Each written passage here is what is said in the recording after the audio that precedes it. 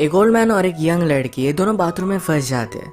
Old man एक journalist था और उसकी इंटरव्यू ये लड़की लेना चाहती थी, पर उसके इंटेंशन कुछ अलग ही थे। हेलो फ्रेंड्स, आज मैं आपको मैड्रिड 1987 या 2011 की एक फ्रेंच मूवी एक्सप्लेन करने वाला हूँ। ये kind of hang out movie है, तो इसके कन्वर्सेशन को आप रिलैक्स कर कुछ खाते हुए एंजॉय कर सकते हो। तो बिना किसी देरी के एक्सप्लेनेशन स्टार्ट करते हैं। मूवी स्टार्ट होती है और हम हमारे मेन कैरेक्टर को, जिसका नाम है मिगेल, इसे एक होटल में राइट करता देख सकते हैं। ये न्यूज़पेपर के लिए राइट करता है और ये बहुत ही फेमस राइटर है। आज उसे मिलने के लिए एक लड़की आई जो हमारी और एक मेन कैरेक्टर है, इसका नाम है एंजेला। एंजेला आज मिगेल का इंटरव्यू लेना चाहती थी, वो भी अच्छे से राइट करना चाहती है, एक अच्छी जर्नलिस्ट बनना चाहती है। मिगेल एंजेला को कुछ ऑर्डर वगैरह करने के लिए कहता है।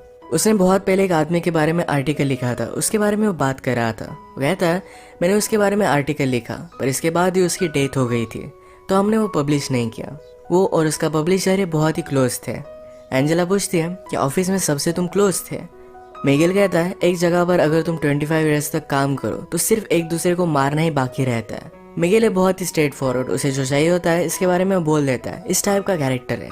एंजेला ने कोका कोला ऑर्डर किया था, इसकी एक सिप उसने उससे मांग ली। मिगेल को डॉक्टर ने कोका कोला, टोबैको, इस तरीके की चीजें खाने के लिए मना किया है, पर फिर भी वो मानता नहीं। वो एक ही टाइम पर स्मोकिंग भी करता है, कोका कोला भी पीता है और टोबैको भी खाता है। उसे लगता है कि अगर इस तरीके से उसकी डेथ हो जाए तो इसका ब्लेम ये सारी चीज़ों में इक्वली डिस्ट्रीब्यूट हो जाएगा। एंजेला ने अपनी राइटिंग मिगेल को दिखाने के लिए लाई हुई थी, जो मिगेल को इतनी ज़्यादा पसंद नहीं आती। वो कहता है तुम्हारा आर्टिकल बहुत ज़्यादा लॉन्ग है, अगर तुम्हें पब्लिश होना है तो ये ज़रा शॉर्ट होना चाहिए। एंजेला ने मिगेल की राइटिंग स्टाइल भी कॉपी की थी, तो कहता है तुम्हारी राइटिंग स्टाइल ज़रा यूनिक होनी चाहिए, तुम्हारे वर्ड्स लोगों को पिंच करने चाहिए, तभी आर्टिकल परफेक्ट बनता है। राइट कैसे करना है ये कोई भी सिखा नहीं सकता, ये अंदर से आना चाहिए। यही रीज़न था एंजेला ने अपने कॉलेज में राइटिंग के कोई भी लेसन लिए नहीं थे, क्योंकि ये सिखाया नहीं जा सकता। बात करते वक्त मिगेल ने एंजेला को अपने पास बुला लिया था। मिगेल एंजेला को अपने कोट से चाबी निकालने के लिए कहता है। वो कहता है एक मेरे पेंटर फ्रेंड की है जो वीकेंड के लिए बाहर गया हुआ है, तुम्हें कॉल करने से पहले मैंने चाबी उससे ले ली थी, इसके बाद मैंने मेरा लक ट्राई किया। मिगेल एंजेला को अपने साथ वहाँ लेकर जाना चाहता था। वो उससे कहता है इंटरव्यू लेते वक्त हमारे बीच कोई भी डिस्ट्रैक्शन नहीं आना चाहिए। ये वहाँ पर पहुंचे, मिगेल एंजेला को टी वगैरह देता है। यहाँ पर अलग अलग पेंटिंग्स पड़ी हुई थी, तो मिगेल कहता है पेंटिंग ये आर्ट फॉर्म मुझे बहुत अच्छा लगता है। जब आप पेंटिंग करते हो उसके बाद भी कलर्स को स्मेल कर पाते हो, फिजिकली इसे एंजॉय कर पाते हो, पर राइटिंग का उस तरीके से कुछ भी नहीं है। एंजेला ने ग्लासेस लगाए थे तो उसने वो निकाल लिया, उसके बाद उसे किस कर लेता है। इसके बाद मिगेल ने कहा कि आजकल मुझे किसिंग में कोई भी इंटरेस्ट नहीं है, जैसा एज बढ़ता गया वैसे इंटरेस्ट चला जाता है। उसने फिर उसे कपड़े निकालने के लिए कहे। उसका मानना था कि एंजेला उससे कुछ सीखने वाली है, तो उसके बदले में उसे भी कुछ मिलना चाहिए। वो उसे क्लियरली बोल देता है कि मुझे जो चाहिए ये मैंने तुम्हें क्लियरली बता दिया है, इससे ज़्यादा तुम और कुछ भी एक्सपेक्ट नहीं कर सकती। इसका मतलब ये नहीं कि तुम टैलेंटेड नहीं हो, पर फिजिकली मैं तुमसे अट्रैक्टेड हूँ। आजकल मैं किसी भी लड़की को सीड्यूस नहीं कर पाता, जब यंग था तब की बात अलग थी। अगर आज एंजेला के साथ उसका कुछ हुआ तो इसके बारे में वो लिखने वाला है। एंजेला को ज़रा अनकंफर्टेबल लगा तो यहाँ से वो चली जाती है। थोड़ी देर में माइंड चेंज कर फिर से वो वापस आ गई। उसने अपने कपड़े निकाले। मिगेल ने अपने फ्रेंड की कलर लेकर उसके बॉडी पर वो ड्रॉ करता है। इनके बीच में अब तक फिजिकली कुछ भी नहीं हुआ। इसके बाद एंजेला शावर लेने के लिए चली जाती है। मिगेल भी उसके पीछे पीछे आया, उसने डोर लॉक किया, वो भी शावर लेता है। शावर लेने के बाद एंजेला ने कहा कि अब मुझे यहाँ से जाना है, ये सब वो नहीं कर सकती। मिगेल को ये बात सुनकर बुरा लगा, पर एंजेला जब यहाँ से जा रही थी तो बाथरूम का डोर ही ओपन नहीं होता। ये डोर खराब था, पर मिगेल का फ्रेंड उसे बताना भूल गया था। एंजेला इसे खोलने का बहुत ट्राई करती है, मिगेल ने भी ट्राई किया, पर दोनों से खुल नहीं पाता।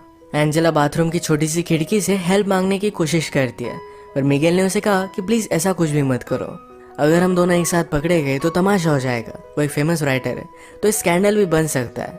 मिगेल ने कहा कि मेरा फ्रेंड 2 दिन तक वापस नहीं आएगा, इतने टाइम में उसकी वाइफ पुलिस को कॉल कर देगी। एंजेला कहती कि मेरे पेरेंट्स उससे पहले ही ज़रा ज़्यादा वरीड हो जाएंगे। ये इन दोनों के लिए प्रॉब्लम थे, तो फिर से खिड़की से आवाज़ लगाने लग जाते हैं, पर इन्हें कोई भी सुन नहीं पा रहा था। मिगेल कहता है हमारी सिचुएशन बहुत ही अजीब है, एक तो कॉमेडी हो सकती है या फिर ट्रेजेडी। एंजेला ने कहा कि अगर हम सेफली यहाँ से निकल गए तो एक कॉमेडी होगी, अगर मेरे पेरेंट्स को पता चल गया तो एक ट्रेजेडी में कन्वर्ट हो जाएगी। मिगेल पूछता है कि तुम्हारे फादर क्या करते हैं। एंजेला ने कहा कि वो मिलिट्री में है, उनका नाम उसने उसे बताया, तो मिगेल उन्हें जानता था। एंजेला की बड़ी सिस्टर को भी वो जानता है, उन दोनों में 17 ईयर्स का डिफरेंस है। मिगेल कहता है कि जब वो एक्टिंग क्लास में थी तो हम दोनों फ्रेंड्स हुआ करते थे। वो एक्चुअल में उसे लाइक करता था, पर उन दोनों के बीच में कुछ भी नहीं हुआ। मिगेल बहुत ही वरीड था कि उसकी वाइफ पुलिस को बुला लेगी। उसे एक राइटर की स्टोरी याद आई। राइटर हमेशा अपनी वाइफ पर चीट करता था। एक दिन वो घर पर ही नहीं आया। उसकी वाइफ को पता था कि वो किसी और लड़की के साथ है, फिर भी उसने पुलिस को कॉल कर दिया। कहा कि टेररिस्ट लोगों ने मेरे हस्बैंड को किडनैप कर लिया है। जब वो राइटर नेक्स्ट दिन उठा तो अपने आप को उसने डायरेक्टली न्यूज़ पर पाया। ये सब बहुत ही फनी बन गया था। उसकी वाइफ ने उसे एक लेसन टीच करने के लिए ये सब किया था। मिगेल कहता है कि तुम्हारी डैड और सिस्टर में कभी भी बनती नहीं थी, वो हमेशा फाइट करते थे। एंजेला ने कहा कि वो अब भी करते हैं। एक्चुअली एंजेला ने अपनी सिस्टर से ही मिगेल का नंबर लिया था। मिगेल कहता है एक बार मैंने उसे बताया था कि मैं उसे लाइक करता हूँ, पर उसने मुझे रिजेक्ट कर दिया था। अगर उसे पता चला कि हम दोनों किस सिचुएशन में हैं तो मैं वंडर करता हूँ कि वो करेगी क्या। आजकल एंजेला की सिस्टर एक बड़ी एक्ट्रेस बन चुकी है। एंजेला कहती है कि मेरी सिस्टर को लगता है कि तुम बहुत ही ओवररेटेड राइटर हो। मिगेल को सुनकर बुरा लगा, पर वो कहता है एक ओवररेटेड राइटर ही इसको अपना करियर बना सकता है। एंजेला पूछती है लोग क्या कहते हैं, क्या तुम्हें इससे कुछ भी फर्क पड़ता है। मिगेल पूछता है क्या अब भी तुम मेरा इंटरव्यू ले रही हो। मैं तुम्हें सब आंसर्स दूंगा, पर ये इंटरव्यू किस तरीके से एंड होती है इस पर ही डिपेंड करेगा। उसे टच करने वाला था, पर एंजेला उसे दूर जाकर बैठी। एंजेला कहती है तुम्हारे नॉवेल्स बहुत ही अजीब तरीके से थे, पर फिर भी उन्हें बहुत सारे अवार्ड्स वगैरह मिले हैं। मिगेल कहता है नॉवेल लिखते हो लोग बहुत ही ज़्यादा टाइम लेते हैं, मैंने इसे प्रोफेशनली लिखा था। हर रोज़ मैं कुछ टारगेट रखकर इसे कंप्लीट कर ही डालता था। मिगेल एंजेला से कहता है कि फिर से ट्राई कर देखो, तुम्हारी आवाज़ सुनकर तुम्हें हेल्प करने के लिए कोई भी आदमी आ सकता है। सुंदर लड़की देखी नहीं और हर आदमी उसे हेल्प करना चाहता है। आवाज़ देने के बाद भी उसे कोई भी सुन नहीं रहा था। मिगेल फिर से एंजेला के पास आ गया। उसे कहती है मुझे सिर्फ यहाँ से जाना है, उसके साथ कुछ भी नहीं करना चाहती। एंजेला फिर से डोर को ओपन करने की कोशिश करती है। मिगेल कहता है कि जब आप यंग होते हो तो लगता है कि इस लाइफ में कुछ पॉइंट है, वो अपनी लाइफ कुछ अलग तरीके से जी लेंगे, पर बाद में पता चलता है कि लाइफ में बहुत सारी चीज़ें पॉइंटलेस थी, इसमें कोई भी मीनिंग नहीं था। हर एक की कोई ना कोई तो प्रायोरिटी होती है। मिगेल एंजेला से पूछता है कि आज सैटरडे है, अगर तुम घर पर होती तो क्या करती, क्या अपने फ्रेंड्स के साथ बाहर जाती। एंजेला को ये सब चीज़ें पसंद नहीं है। वो कहती है कि मैं बुक्स रीड करती। मिगेल को जो बुक्स पसंद है यही एंजेला ने भी पढ़ी हुई है, पर मिगेल कहता है हम दोनों के व्यूज़ इस पर बहुत ही अलग अलग होंगे, जैसे कि क्लासिकल म्यूजिक और एक रॉक बैंड में डिफरेंस होता है। मिगेल ने फिर यही टॉयलेट किया। वो कहता है प्यार के बारे में लोगों ने बहुत सारी चीज़ें लिखी है, पर बाकी चीज़ों के बारे में कोई भी नहीं लिखता, ये लोगों को ज़्यादा रेजोनेट करती है। अपने राइटिंग में इन चीज़ों का तुम्हें ध्यान रखना चाहिए। मिगेल अब फ्रस्ट्रेटेड हो रहा था। वो कहता है हम दोनों यहाँ हैं, हम दोनों में एक टेंशन है, अगर हम कुछ भी नहीं करते तो टेंशन बढ़ता जाएगा। सब कुछ हो जाने के बाद शायद हम एक दूसरे को डिज़ायर नहीं करेंगे, पर फिर भी अट्रैक्शन बहुत ही इम्पोर्टेंट है। मिगेल भी अब जल्दी से जल्दी यहाँ से निकलना चाहता था। उसे बुरा लगता है कि वो सोच क्या रहा था। वो एक ओल्ड मैन है, कोई भी यंग लड़की उसके साथ इंटीमेट नहीं हो सकती। वो कहता है कि मेरी वाइफ को मैं बहुत प्यार करता हूँ, पर फिर भी कभी कभी आपको आइसोलेशन की ज़रूरत होती है। हम दोनों यहाँ पर इस तरीके से एक साथ हैं, अगर हमारे बीच में कुछ भी नहीं हुआ पर फिर भी लोगों को लगेगा कि कुछ ना कुछ तो हुआ है। ये उसे एक ट्रेजेडी की तरह लगता है। एंजेला फिर उसके पास आ गई और ये दोनों इंटीमेट हो जाते हैं। इसके बाद एंजेला को थोड़ी सी भूख लगी थी। इस पर मिगेल कहता है मूवीज़ में मुझे लोगों को कुछ ना कुछ खाते देखना अच्छा लगता है। उसने अभी अभी एक एक्शन मूवी देखी थी जो बहुत ही फास्ट थी, पर अचानक से उसमें एक आदमी का खाना खाते हुए सीन आ गया। उसे लगता है कि उस सीन में एक पीस था, एक रियलिटी थी। वो बताता है कि राइटिंग भी इसी तरीके से होती है, जिस तरीके से जो भी फैक्ट्स है हमें उस तरीके से बताने चाहिए। जितना आप रियल लिखोगे उतना ही लोगों को अच्छा लगेगा। एंजेला अपनी राइटिंग से वर्ल्ड चेंज करना चाहती थी, पर मिगेल कहता है वैसा कुछ भी नहीं होता। तुम सिर्फ लोगों के लिए अच्छा लिखने का ट्राई कर सकते हो, बाकी कुछ भी तुम्हारे हाथ में नहीं। मिगेल के व्यूज़ से बहुत सारे निगेटिव होते हैं।